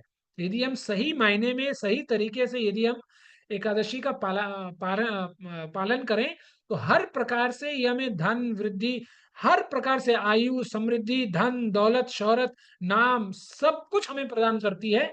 लेकिन शर्त इतना ही है कि हम एकादशी किस तरह पालन कर रहे हैं। ठीक है। तो देखिए, मैं आपको एकादशी के बारे में कुछ जानकारियां दे दूं, कि जैसे मैंने आपको पहले कहा कि एकादशी एकादशी दो है। तो इसमें जो सबसे पहला पड़ाव है, वो ये है कि एकादशी कैसे करें। तो सबसे पहला जो नियम है वो है कि एकादशी करने का नियम एक्चुअली में ऐसा ही है, लेकिन हम लोग रोगी इंसान हैं तो हम लोग नहीं कर पाते, इसलिए हम लोगों ने फिर जो शास्त्र में अलग अलग तरीके बताए गए हैं, उन पर हम लोगों ने दिमाग लगाया और फिर उसको हम लोग कंटिन्यू कर रहे हैं। एकादशी का जो नियम है वो यही है कि हमें एकादशी निर्जला करना है, मतलब बिना पानी भी पिए हमें एकादशी करनी चाहिए। नहीं तो यदि हम एकादशी के दिन में भी रसोई में ही घुस के रहेंगे, तो एकादशी और द्वादशी में क्या अंतर रहा है, जो कि आजकल हम लोग करते हैं। जैसे ही एकादशी दसवीं आई तो कुट्टू का आटा फट से निकल जाएगा अलमारी से, कि कल हलवा बनना है, कि कल खिचड़ी बनना है ना, साबूदाना निकल जाएगा, कल पुलाव बनना है, सब निकल जाते हैं। तो एकादशी का जो नियम है, सबसे पहला यही नियम है कि निर्जला हो। और निर्जला से भी बड़ा नियम है कि एकादशी के दिन, दिन में तो आपको सोना ही नहीं है किसी भी तरह। यदि आप सोते हैं तो आपका एकादशी भंग हो गया, खत्म, it's not know more valid.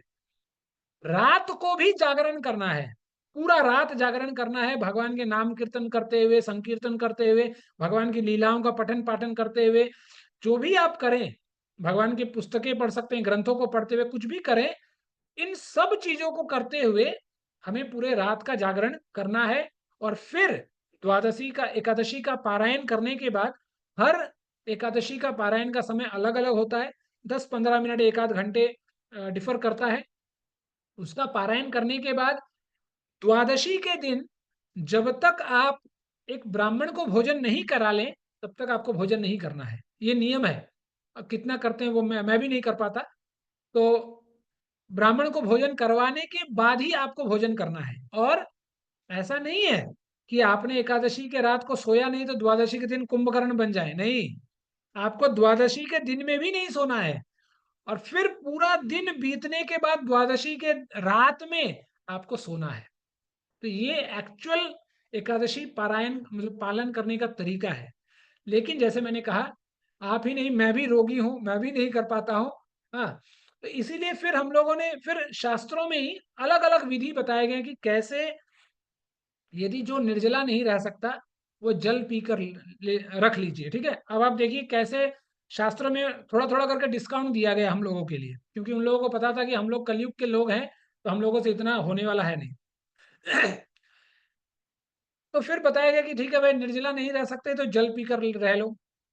जो कहे कि जल पीकर नहीं रह सकते, ठीक है, दूध पी लो। दूध पीकर नहीं रह सकते, फल फ्रूट्स खा लो, है ना, जो भी फल फ्रूट्स मिलते हैं वो खा लो। यदि फल फ्रूट्स नहीं मिलते हैं, आजकल के ज़माने में जो लेटेस्ट चला हुआ है, वो ये है कि बॉइल्ड फूड खा लो, है ना? बॉइल्ड फूड में क्या है कि बहुत सारी चीज़ों का मनाही है, इसमें नहीं खाना है, नहीं मसाले में भी मनाही है। और यदि उसमें भी पेट आपका नहीं भरता है, बहुत कुछ लोग होते हैं जो बहुत भुक्कड़ होते हैं, खाना ही उनको खाना है, तो उनके लिए क्या है, अब ठाकुर जी की कृपा से कुट्टू का आटा, सिंघाड़े का आटा, रबड़ी का आटा, ना जाने कितने आटे हैं मार्केट में। वो सब चीज़ हम लोग धीरे-धीरे ये आटे का हलवा बना लिया, कभी गजक बना लिया, कभी कुछ ना कुछ बनाते रहते हैं, और वो सब हम लोग खाते हैं और हम लोग एकादशी मनाते हैं। तो अब आप तय कीजिए कि आपको एकादशी कैसे करना है। जितने अच्छे से हम कर पाएँ, भगवान उतने संतुष्ट। क्यों? क्योंकि बड़ा सिंपल सा लॉजिक है। क्योंकि जितने खान-पान में हम व्यस्त रहेंगे, हमारा समय उतना ही वेस्ट होगा। ठीक उसी तरह जिस तरह हमारा समय और सब दिनों में होता है। उपवास का व्रत, एकादशी और हर व्रतों में उपवास का नियम सिर्फ़ इसीलिए है कि आप अपने रसोई से थोड़ा अलग रहें, और हमें भक्ति करने का, ख़ास करके जितनी भी माताएँ हैं, मुझे आपको बताने की ज़रूरत नहीं, आप सब लोग सेल्फ़ एक्सपीरियंस्ड हैं कि आप लोग मान लीजिए सुबह का नाश्ता बनाना हो, तो कम से कम 2 घंटे लगते हैं, है ना? लंच बनाना हो तो कम से कम 2 घंटे लगते हैं, उसी तरह डिनर बनाना हो तो 2 घंटे लगते हैं। 2-4 लोगों की फैमिली में ही। तो 2 घंटे करके 6 घंटा तो ऐसे ही चला गया। तो फिर अपना नौकरी है, अपना ऑफ़िस का काम है, किसी का पढ़ाई है, किसी का कुछ है। इस तरह करते-करते हमारा पूरा समय, एकादशी के दिन में भी हमारा पूरा समय यूँ ही गँवा हो जाएगा। उसको हम यूटिलाइज़ नहीं कर सकेंगे। इसीलिए हमें अपने शरीर को मद्देनज़र रखते हुए हमें देखना चाहिए कि हम कितना अच्छे से कर सकते हैं, और हमें करने का प्रयास करना चाहिए। ठीक है? और जैसे मैं, आप लोग सवाल पूछने से पहले मैं एक आध और बता दूँ, ताकि यदि आपके मन में वो सवाल है तो वो आप मैं आंसर पहले से दे दूँ। जैसे मैंने कहा कि जो सब्जियाँ हैं, सब्जियाँ में बहुत लोग कहीं लौकी यूज़ करते हैं। भारत के अलग-अलग क्षेत्र में अलग-अलग नियम है। तो जिस क्षेत्र में आप हैं, उस क्षेत्र के हिसाब से आपको चलना पड़ेगा, क्योंकि और कोई उपाय नहीं है। है ना? कहीं कुछ जगहों में लौकी इस्तेमाल नहीं करते हैं, कुछ जगहों में करते हैं। बहु ज़्यादातर जगह पर एक ऐसा सब्ज़ी है जो हर जगह ऑलमोस्ट एप्लीकेबल है, सब लोग उसको स्वीकृति देते हैं, वो है कच्चा पपीता। कच्चा पपीता को बॉयल कर लीजिए, और यदि खा सकते हैं, सेंधा नमक देकर खा सकते हैं तो खा लीजिए, आपका एकादशी हो गया। लेकिन मसाले में भी, जैसे आपको फास्टिंग में तिल कैसे खाएँगे? फास्टिंग में सिर्फ़ षटतिला एकादशी में ही एक ऐसा दिन है जब आप तिल का ग्रहण कर सकते हैं, और सब दिन नहीं कर सकते। ठीक है? खाने मसाले में सिर्फ़ काली मिर्च का इस्तेमाल कर सकते हैं। हरे मिर्च का नहीं इस्तेमाल कर सकते आप एकादशी के दिनों में, पर्व के दिनों में, एकादशी के दिनों स्पेशली। रिफाइन ऑयल यूज़ नहीं कर सकते। बड़े शहरों में आजकल रिफाइन ऑयल हटा के घी अवेलेबल नहीं है, मास कुकिंग होता है, तो इसलिए पीनट ऑयल आया है, तो बहुत लोग पीनट ऑयल से यूज़ करते हैं। भारत के बहुत सारे राज्यों में बिना घी के बिल्कुल कुछ नहीं इस्तेमाल करते, सिर्फ़ घी ही इस्तेमाल करते हैं, यदि कुछ कुकिंग करना है तो। यदि घी है तो ठीक है, नहीं है तो नहीं, वो लोग नहीं करते। तो इस तरह अलग-अलग राज्यों में अलग-अलग चीज़ों का इस्तेमाल करते हैं लोग। तो आप देखिए आपके घर में व्यवस्था कैसा है? जोश में मत रहिए, क्योंकि ये भगवान को खुश करने के लिए है, और ये जीवन पर्यंत चलने वाला है। तो हमें खुश होकर, यदि हम रोगी हैं, बीमार हैं, डायबिटिक है, क्या बीपी है, ये सब बीमारियां हैं, तो थोड़ा संभल कर, जिस स्तर पे आप उपवास कर सकें, जिस स्तर पे आप भगवान का भजन अच्छे तरीके से कर सकें, वही कीजिए। नहीं तो जैसे एक प्रभु जी हैं हमारे इस्कॉन में, वो कहते हैं कि बहुत लोग जोश में निर्जला एकादशी करते हैं, और दिन भर नरसिंह भगवान की तरह घुराते रहते हैं सब पूरे दुनिया पर, खास करके पत्नी के ऊपर, कि जैसे ही इंसान निर्जला रखा, सबसे पहला जो अपना टारगेट है वो है पत्नी, खूब चिल्लाओ पत्नी पर। तो ऐसा मत कीजिए। यदि आपसे सहा नहीं जा रहा है तो खा पी कर एकादशी कीजिए। भजन करना ही सबसे मूल पॉइंट, जो क्रक्स है, जो मेन सिद्धांत है, वो है थोड़ा सा खाइए और ज्यादा भजन कीजिए। निर्जला रखकर दुनियादारी को गुस्सा करते फिरेंगे तो वो आप पर ही उल्टा आएगा। तो ऐसा हमें जबरदस्ती वाला काम नहीं करना है। ठीक है, तो इसी के साथ मैं आज इस पूरे सत्र का विराम देता हूँ। यदि किसी माता जी या प्रभु जी का कोई प्रश्न है तो हम लोग ले सकते हैं, और प्रश्न उत्तरी के बाद हम लोग एक दूसरा सत्र प्रारंभ करेंगे जिसमें हम लोग नाम जप करेंगे, क्योंकि ये जो एकादशी है वो सबसे ज्यादा फलित नाम से होता है। क्यों नाम से होता है, दूसरे तरीकों से क्यों नहीं होता? क्योंकि आज का जो समय है, ये जो कलयुग है, वो नाम प्रभाव युक्त है। कलयुग में जैसे गोस्वामी जी कहते हैं, कली नहीं ज्ञान विराग, ना जोग समाधि, राम नाम जपू तुलसी, नित्य निरु अपराधी। कि इस कलिकाल में जैसे ना तो ज्ञान से काम बनेगा, ना तो विरक्ति से काम बनेगा, ना तो योग और समाधि से काम बनेगा। यदि किसी से काम बनेगा वो है राम नाम जपू तुलसी, नित्य, हमेशा, नित्य निरु अपराधी। इस एक छोटे से शब्द में तुलसीदास जी ने बहुत गजब का बात बता दिया। क्या? निरु अपराधी, मतलब बिना किसी अपराध के। और यदि हम अपराध करते रहेंगे, इधर नाम भी करते रहेंगे, तो हमारे पर वो नाम असर नहीं करेगा। इसीलिए हमें इस कलिकाल में हमें नाम के लिए ही बोला गया कि नाम, कृष्ण नाम जप नाम भज नाम करी सार, कली काले नाम बिना गति नहीं यार। इस कलयुग में नाम के बिना दूसरा कोई उपाय नहीं है और दूसरा कोई तरीका भी नहीं है जिससे हमें इस भव सागर से पार होने का हमें कोई रास्ता दिखा सके। ये नाम ही भगवान के स्वरूप में हमारे लिए नौका बनकर आया है, जो इस भव संसार से, भव बंधन से हमें छुटकारा दिला सकता है। ठीक है, तो यदि किसी माता जी या प्रभु जी का कोई प्रश्न है तो जल्दी से लेंगे, और उसके बाद फिर हम लोग नाम जप कंटिन्यू करेंगे। हरे कृष्णा प्रभु जी, दंडवत प्रणाम। हरे कृष्ण, मदन प्रणाम। यस माता जी, बोलिए। प्रभु जी, जगन्नाथपुरी में एकादशी नहीं करते हैं ना प्रभु जी? एकादशी करते हैं माता जी, लेकिन एक जगन्नाथपुरी में एक छोटा सा, क्या बोलते हैं, एक्सेप्शन है। वो ये है, जैसे बोला जाता है कि यदि आप एकादशी के दिन जगन्नाथपुरी गए, तो मान लीजिए किसी ने, और क्योंकि वहां पर बहुत बहुत बार ऐसा होता है, मान लीजिए, जैसे मान लीजिए आप गए, ठीक है मंगला माता जी, मैं हूं ऑलरेडी वहां पर, हाँ तो मेरा मन किया अन्न दान करने का, और मैं अन्न दान कर रहा हूँ, ठीक है। तो जब आप मुझे हाँ दिखी तो मैंने कहा कि माता जी लीजिए, अन्न ग्रहण कीजिए, भगवान का महाप्रसाद है। तो उस प्रसाद से एक कण आप ले सकते हैं, इसलिए नहीं कि आप पेट भरना है, इसलिए कि महाप्रसाद का कभी भी हमें तिरस्कार नहीं करना चाहिए। तो एक दाना लीजिए, उससे आपका एकादशी खंडन नहीं होगा। लेकिन ये सिर्फ एप्लीकेबल पूरी जगन्नाथ के लिए है, हर जगह के लिए नहीं है। और वो भी पूरी जगन्नाथ का जो महाप्रसाद जो अंदर बनता है मंदिर में, उसके लिए है, बाहर किसी होटल या किसी के लिए नहीं है ये। ठीक है माता जी, आपको और समझ में आया बात? मंदिर, एकादशी का मंदिर है ना प्रभु जी वहां पर? हाँ है माता जी। हाँ, थैंक यू प्रभु जी। ठीक हरे है, कृष्णा प्रभु जी, दंडवत हरे प्रणाम। कृष्ण। और किसी का कोई प्रश्न है माता जी या प्रभु जी? और हरे कृष्ण प्रभु जी तिल का तो आज कुछ किए ही नहीं है, तो अभी तिल का लड्डू बना लीजिए माता, जल्दी से, और क्या दिया तो। नहीं तो जल जल जल से ग्रहण कर लीजिए, एक कम से कम एक तो कर लेंगे कम से कम। अच्छा तिल अन्न में नहीं जाता है प्रभु जी? इसलिए मैं कह रहा हूँ वो अन्न में ही जाता है, लेकिन षट तिला एकादशी ही एक ऐसा एकादशी है जिसमें हम तिल ग्रहण कर सकते हैं, क्योंकि यही इसका महात्म्य है कि इस दिन हम तिल ग्रहण कर सकते हैं। इसीलिए तो दान भी देते हैं, क्योंकि यदि हम जो खुद नहीं ग्रहण कर सकते तो वो दूसरों को दान कैसे देंगे? जैसे हम लोग अन्न दान नहीं देते क्योंकि अन्न ग्रहण नहीं करते, तो उसी तरह यहाँ पर बोला गया कि तिल दाता, तिल को दान देना चाहिए। तो जब खुद नहीं ग्रहण कर सकेंगे तो दान कैसे देंगे? तो इसीलिए षट तिला एकादशी ही एक ऐसा एकादशी है जहां पर आपको तिल ग्रहण करने का छूट है।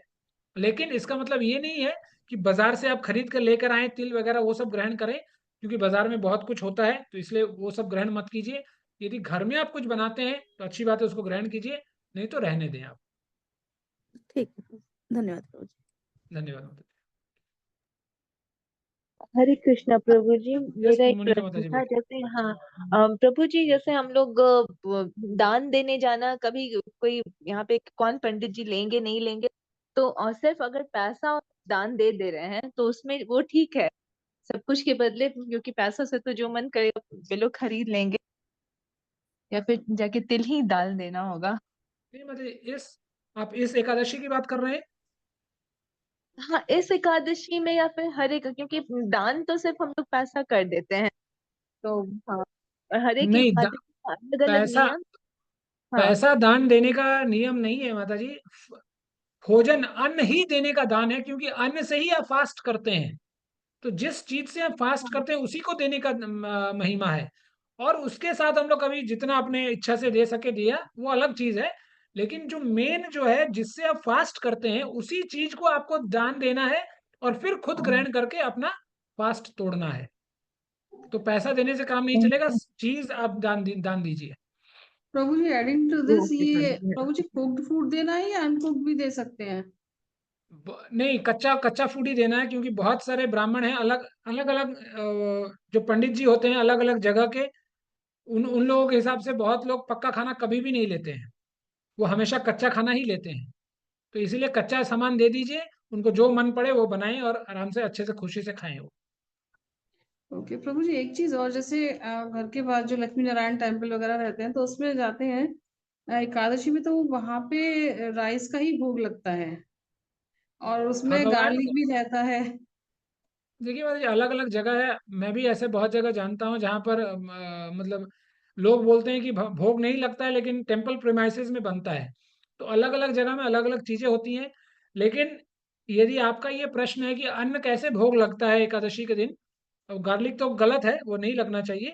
लेकिन जहाँ तक अन्न भोग लगने की बात है, तो एकादशी के दिन अन्न भगवान को भोग लग सकता है। वो हमारे लिए नियम है, भगवान के लिए नियम नहीं है। तो ये मत सोचिए कि यदि हम उपवास कर रहे हैं तो भगवान को उपवास करना पड़ेगा, ऐसा नहीं है।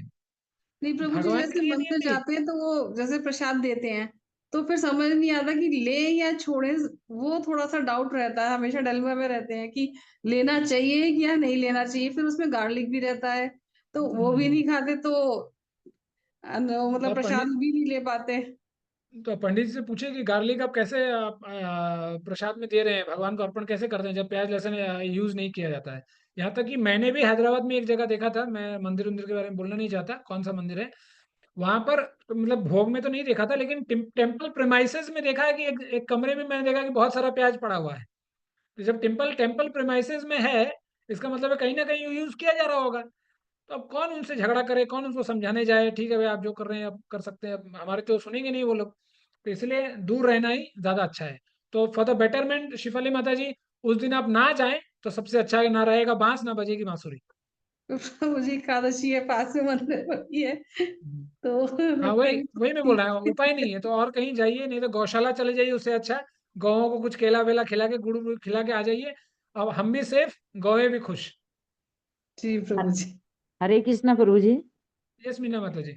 प्रभु जी, जैसे तिल का दान करना है तो अभी जैसे बाहर नहीं जा सकते, आज निकाल के कल कर सकते हैं प्रभु जी, या बाहर आज नहीं ही जा कर? सकते? हाँ, अभी जैसे मंदिर वगैरह में अभी नहीं जा सकते ना, तो सुबह से तो किया नहीं प्रभु जी, तो कल अभी निकाल के कल कर सकते हैं? हाँ तो आज के लिए कल कर दीजिए। लेकिन ज्यादा अच्छा होता है कि जब हम लोग एकादशी के दिन ही दान करते हैं, क्योंकि एकादशी के दिन में ही लिखा हुआ है कि एकादशी के दिन दान करना चाहिए तिल आपको। मतलब षट तिला एकादशी की बात कर रहा हूँ स्पेसिफिकली है, हाँ। और सब जी एकादशी की बात नहीं कर रहा जी हूँ। जब प्रभु जी। नहीं हुआ है ना, जैसे एक हाँ। कहावत है ना कि भागते हुए चोर की धोती ही सही। तो कम से कम अब नहीं हुआ तो कल ही कर ले तो ज्यादा अच्छा है, और क्या। अब हाँ, नहीं दिन तो को तो पास वापस में, हाँ नहीं तो पास में करके आ जाएंगे प्रभु जी, और क्या। कर सकते हैं तो और अच्छी बात है, मतलब यदि आपके पास है व्यवस्था है तो कर सकते हैं तो और अच्छी हाँ, बात है। नहीं है प्रभु जी, व्यवस्था तो थी लेकिन किया नहीं प्रभु जी। हरे ठीक है, कृष्ण। और किसी का कोई प्रश्न है माता जी? हरे कृष्णा प्रभु, दंडवत प्रणाम प्रभु जी। यस माता जी, हरे कृष्ण माता जी, यस माता प्रभु, जी मैं बोलिए। अभी जैसे अयोध्या गई थी अक्टूबर महीने में, हाँ हाँ। हाँ नवंबर में, तो वहां पे मैं गई ना, तो एक धर्मशाला में रहे, तो उस धर्मशाला में राम जानकी का विग्रह था। विग्रह है। हाँ, तो हमने सरजू जी में स्नान वगैरह करके सब दर्शन करके, तो वो मेरे सामने चाय लेके आए।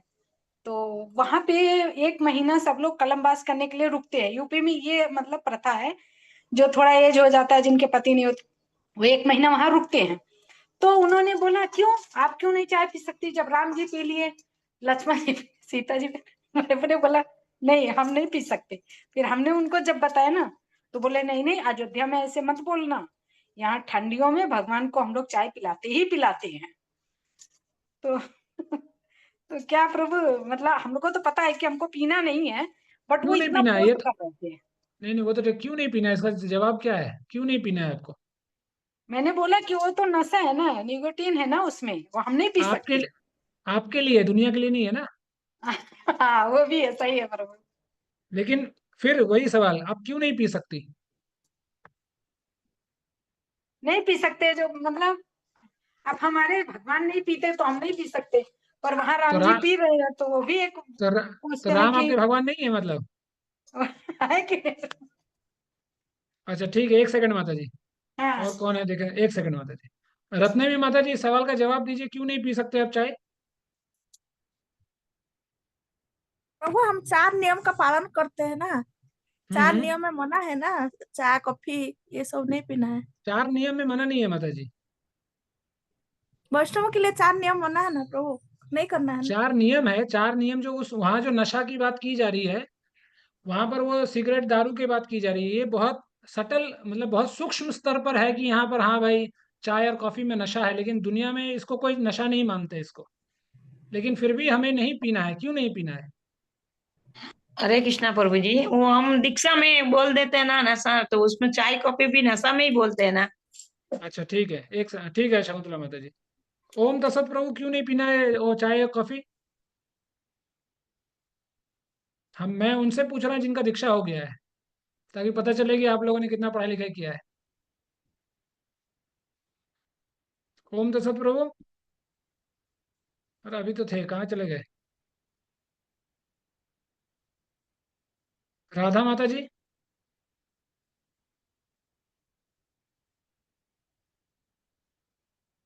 हरे कृष्णा प्रभु जी, दंडवत प्रणाम। हाँ दंड प्रणाम प्रभु, चाय कॉफी क्यों नहीं पीना है? हरे कृष्णा प्रभु। एक सेकंड राधा माता जी, एक सेकंड माता जी।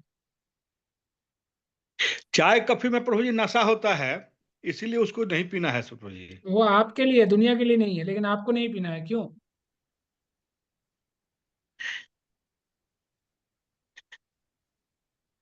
हम राधा लोगों माता को जी। बड़ी क्या क्या हरे क्या क्या कृष्णा प्रभु? प्रभु,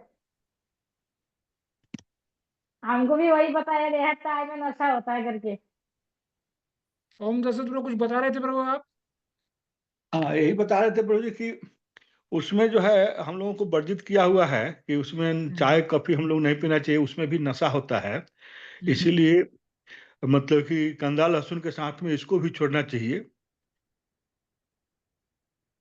लेकिन सुभद्रा माता जी तो कह रही है कि अयोध्या में राम जी भी चाय पीते हैं। तो अयोध्या में तो श्री संप्रदाय है, वहां तो चलता है चाय, और वो तो बोनाफाइड प्रभु जी, संप्रदाय है अपना। अलग अलग संप्रदाय का अलग अलग एकादशी करने का और नहीं अलग नहीं, यहाँ अलग लोगों का। एकादशी का कोई सिस्टम बात नहीं हो रहा है प्रभु, यहाँ चाय कॉफी का नहीं बात हो रहा है। जी, तो चाय कभी जी इसमें अलग अलग लोगों का अलग अलग मत है। लेकिन अपने प्रभुपाद जी अपने इस्कॉन गौड़िया वैष्णव संप्रदाय में प्रभुपाद जी ने इसको वारण किया है कि ये चाय का भी एक नशा है। जैसे बहुत लोगों को ऐसा होता है कि जैसे चाय नहीं मिला तो उनको लेटिन वगैरह भी नहीं होता है बहुत लोगों को। तो चलिए। इसके लिए उसको धीरे धीरे इसको छोड़ना चाहिए। इसे अच्छा छोड़ने चलिए। से मतलब हम्म, किसी के बस में, नशा के बस में आदमी नहीं रहता है। जैसे कहीं भी रहा, कहीं भी भगवान का भजन कर लिया तो चाय की जरूरत नहीं नहीं होगी इसके लिए प्रभु जी। जी ठीक है। गौरांग प्रभु, आप कुछ बोलना चाहते हैं प्रभु, ऐड करना चाहते हैं कुछ? हरे कृष्ण ब्रदर। हरे कृष्ण। यस प्रभु। No, just मेरा सेशन स्टार्ट हो रहा था, so I just wanted to request all the other devotees to प्रभु जी आप शायद दो मोबाइल से कनेक्टेड हैं। हाँ प्रभु जी, आप बोलिए। just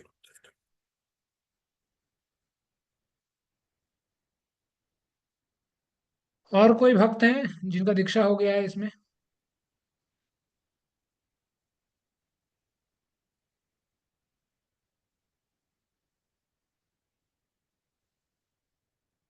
जी गौरंग प्रभु जी बताइए।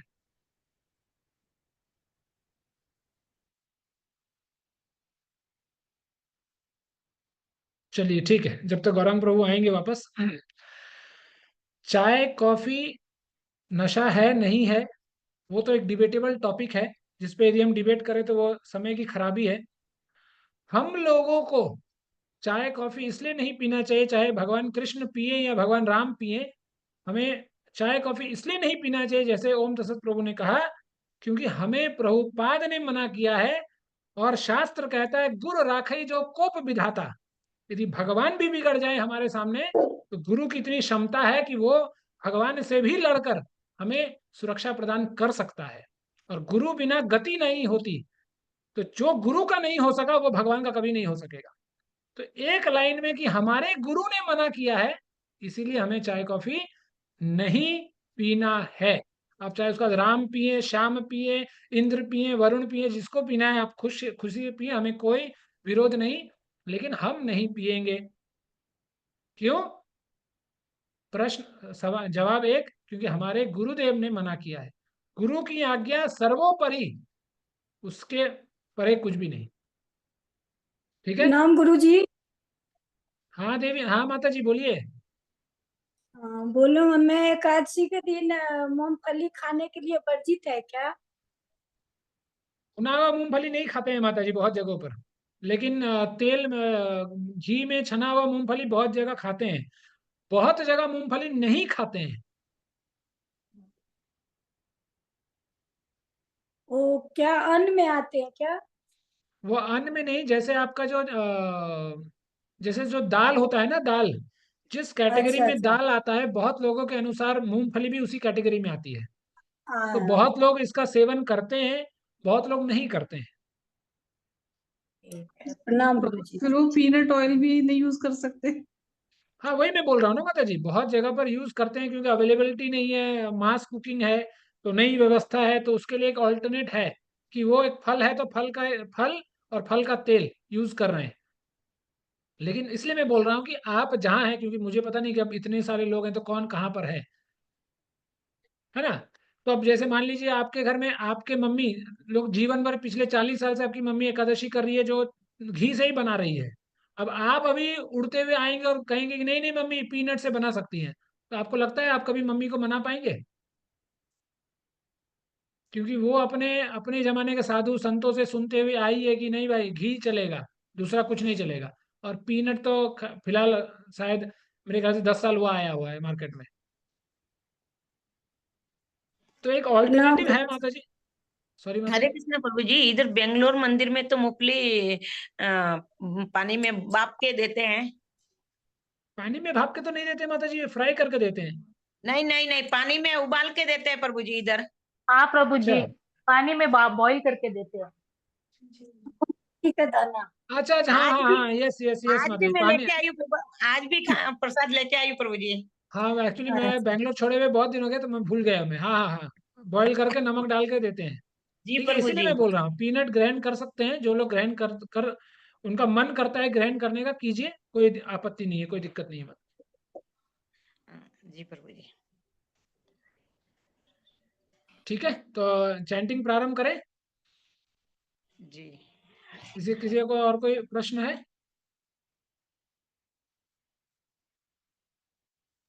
ये प्रभु जी, एकादशी के व्रत का उद्यापन भी होता है क्या? क्योंकि नहीं नॉर्थ माता साइड में जी, तो बहुत जोर शोर से होता है उद्यापन। देखिए ये अभी कुछ दिन पहले आपसे एक कोमल माता जी नहीं है ना, कोमल माता जी ने प्रश्न किया था ना कि हमारे पंडित जी ने बोला कि 4 एकादशी करो और हम अपने सासू माँ को अर्पण करो। उस वैसी मतलब विधियों से ये जो उद्यापन करने का जो सिस्टम है वो बाहर आया है। नहीं तो एकादशी का उद्यापन करने का कोई सिस्टम नहीं है। एक शास्त्र में मैंने नहीं पढ़ा आज तक कहीं पर कि इतने सारे महात्म्य के बारे में पढ़ चुका हूँ, लेकिन कहीं भी नहीं लिखा है कि एकादशी आप उद्यापन कर सकते हैं। लेकिन नॉर्थ साइड जैसे आप बोल रही हैं कि जब आप एकादशी नहीं करती हैं, है ना, नहीं करती हैं, तो 4 करो, अपनी सासू माँ को दे दो, उसके बाद उद्यापन कर लो, 4 का खत्म हो गया बात।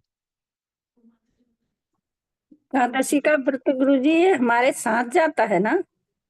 बिल्कुल माता जी, यही साथ जाता है और बाद बाकी सब उसमें यही रह जाता है, चाहे सोमवार हो या मंगलवार। ठीक है गीता माता जी? हाँ प्रभु जी, राधे कृष्ण। हाँ ठीक है, धन्यवाद माता जी। शिफाली माता जी और कुछ पूछना है माता जी? नहीं प्रभु जी, थैंक यू। अच्छा ठीक है, तो चलिए वृंदा माता जी स्टार्ट करेंगी माता जी चैंटिंग।